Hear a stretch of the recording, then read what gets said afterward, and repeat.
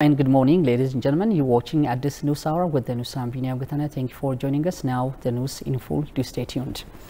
Prime Minister Abiy Ahmed and First Lady Zinashta Yacho host a Christmas luncheon for workers engaged on various PMO-led projects in a reported citing Premier's official Twitter page. Prime Minister Abiy Ahmed has initiated several projects, some of which are already inaugurated in Addis Ababa and in many parts of the country. Among others, the Unity Park, Ntoto Park, Friendship Park, the Gorgora project and Kosha projects. Ethiopian Christmas was annually celebrated on the 7th of January, 2 weeks after its celebration by the Western world.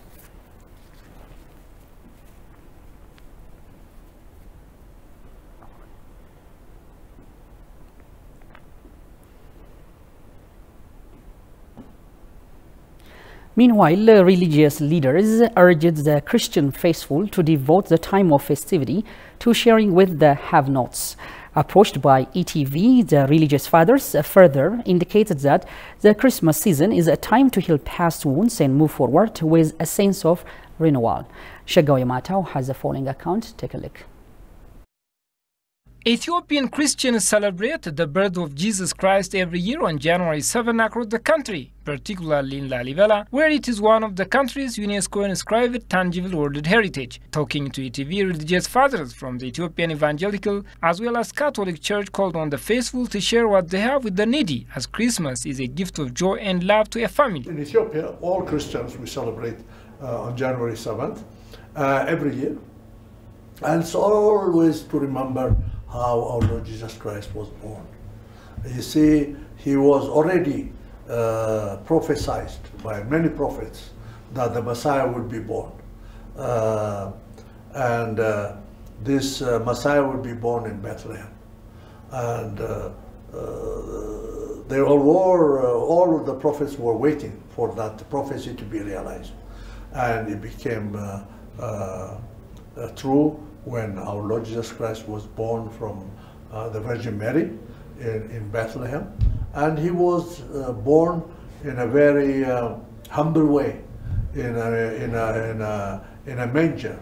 There was no room for him in the hotels of that time. Tzadiko Abdo, president of the Ethiopian Evangelical Church's Fellowship for Esperance, said that it is a mandate of the faithful to share the same joy to those people who are in need of help due to various reasons, as God has given us His only Son for the redemption of our sin. It's also a mandate that they share the same joy with others who cannot enjoy that kind of celebration because of economic conditions, maybe because of different reasons. People might be in need. So we encourage every believer to share what he has, because God has given us, His only Son to come to this world. The unlimited God, the omnipresent God, the omniscient God, all-powerful God, came to this world to be. He limited himself, humbled himself, humiliated himself to come to this world. Christmas is a gift of joy and love, the father said, adding, we need to remember children who suffer on the streets. Christmas is a family feast. It is also a family feast, especially for children. And children need protection. Children need love. Children need care. And so Christmas teaches us the gift of love, the gift of care, and the gift of togetherness, and the gift of joy when father, mother, and children are together. So when they celebrate that, you have to remember also that many children suffer nowadays. And we have many children especially with no homes of their own, like children on the streets of the world. And many children being also abused and maltreated. And all children need love. The 2015 Ethiopian Christmas was colorfully celebrated in Lalibela, Hawassa, Mekelle and Addis Ababa, among other places, with the attendance of religious fathers, local people and tourists.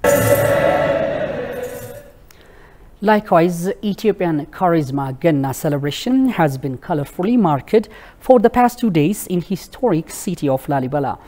The UNESCO-inscribed Lalibela city has been busy the past 2 days marking the birthday of Jesus Christ in Bethlehem, Jerusalem. An estimated 2 million participants took part in the 2-day Ethiopian Christmas Ganna celebration in Lalibela city.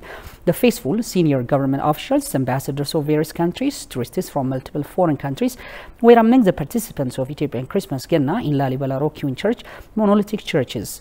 Talking to ETV, tourists from Germany expressed that they have witnessed something extraordinary and also recommended others to pay a visit to the place. It's simply amazing. It's the vibe, the spiritual vibe and the good mood. It's breathtaking. It's just beautiful and colorful. And I really recommend everybody to come here and to live this life. It's just fantastic. Oh, great. Anna, how about you?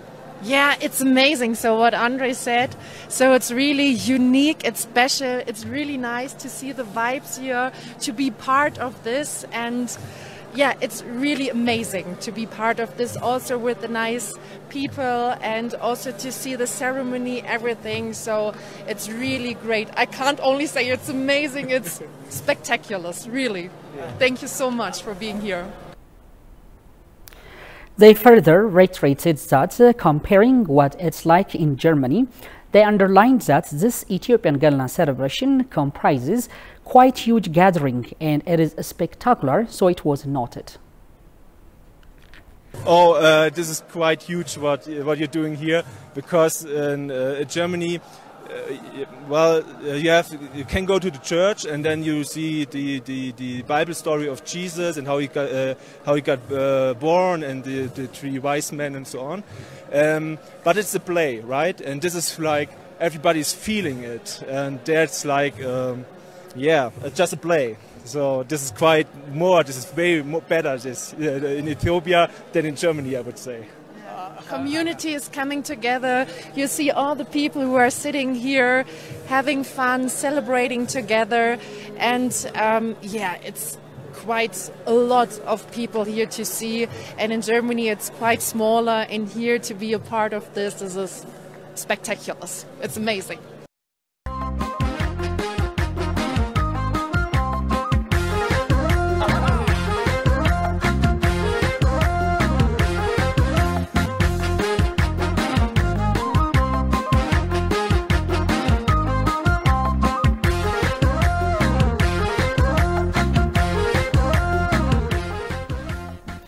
You're still watching at this news hour with the news. I'm Binyam Getana. Now step into another domain. Ethiopian ambassador to Canada, Fitsum Arega, said that Ethiopia's diaspora has played a irreplaceable role for the peace process that started in the northern part of the country. The ambassador reiterated that the diasporas should understand that the peace process is a result of their relentless efforts for peace. Tegesser Nisa takes it from here. Ethiopia was challenged by undue foreign pressure due to the war in the northern part of the country. Foreign interventions were targeted from internal and international institutions to pursue their hidden agenda on the sovereign nation. Ethiopian ambassador to Canada, Ambassador Fitsum Arega, underscored that the pressures were directed due to different reasons. It is to be recalled that when Ethiopia went through rough patches due to the conflict in the northern part of the country, the diaspora community residing all over the world stood in solidarity with the country. The ambassador further added that Ethiopians living abroad played a significant role in the peace process that started in the northern part of the country. As we have faced challenges as a nation, we called for help from the diaspora community. And we witnessed that there are brave and patriot Ethiopians residing all over. The diaspora has crowded widely and moved to action to defend Ethiopia's interests. The diaspora community has been helping the country in cash and in kind, and some even went to the front lines of the battlefield. And I would like to take this opportunity to thank the diaspora community for their understanding and generosity in general. The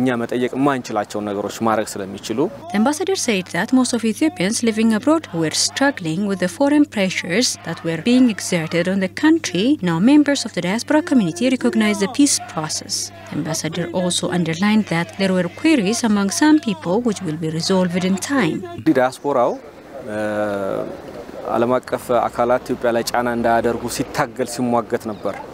The diaspora communities were fighting against foreign pressure being exerted on the country when there was active war in the northern part. And now after the peace agreement reached, most of members of the diaspora community recognizes the peace process. We are hearing a lot because some members of the diaspora community probably don't understand the importance of the peace outcome. But it seems to me that this apparent division will soon be resolved.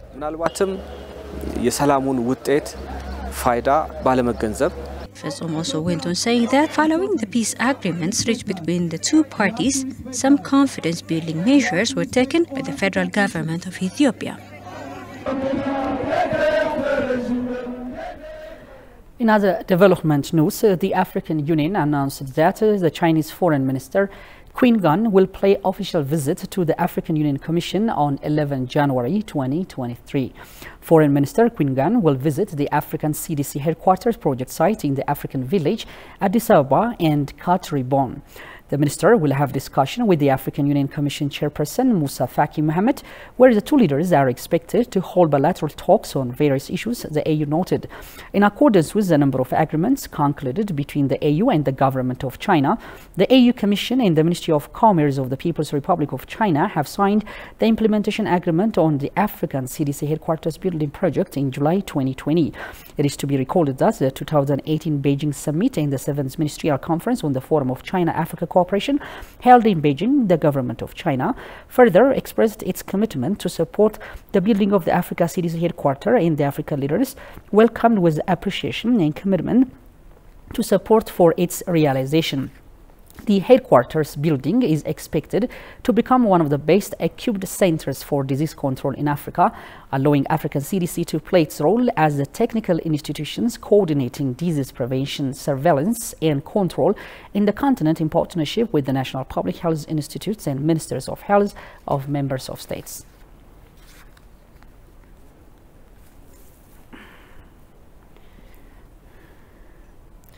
Likewise, the Addis Ababa City Administration has launched construction of women's rehabilitations in a skill development center in the capital. The contract signing and the commencement of the construction of this center has been held. It has been started that the project, which will be built with 3.5 billion per budget, is aimed to benefit, develop and rehabilitate socially disadvantaged women. The Addis Ababa Mayor Office stated that the project will be completed within a year.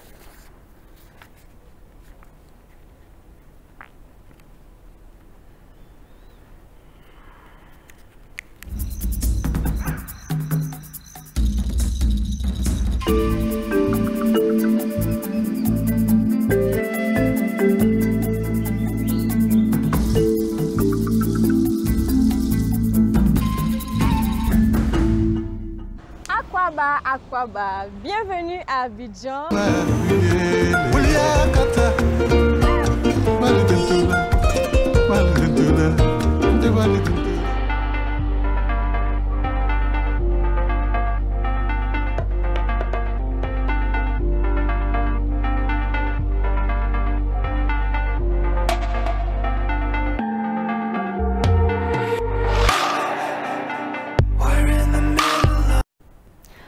Finally, Zimbabwe has registered its largest wheat harvest in 2022, 3,075 tons, making the Austral African country a self-sufficient agricultural powerhouse and has shown a unique performance in Africa.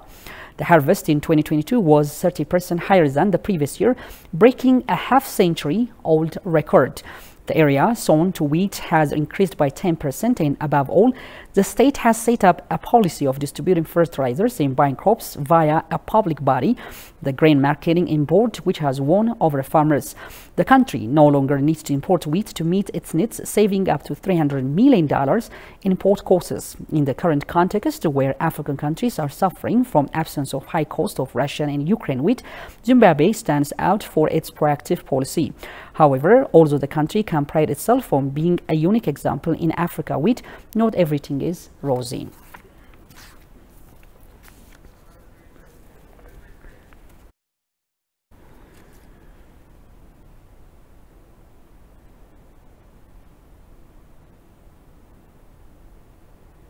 And now, a recap of the top stories once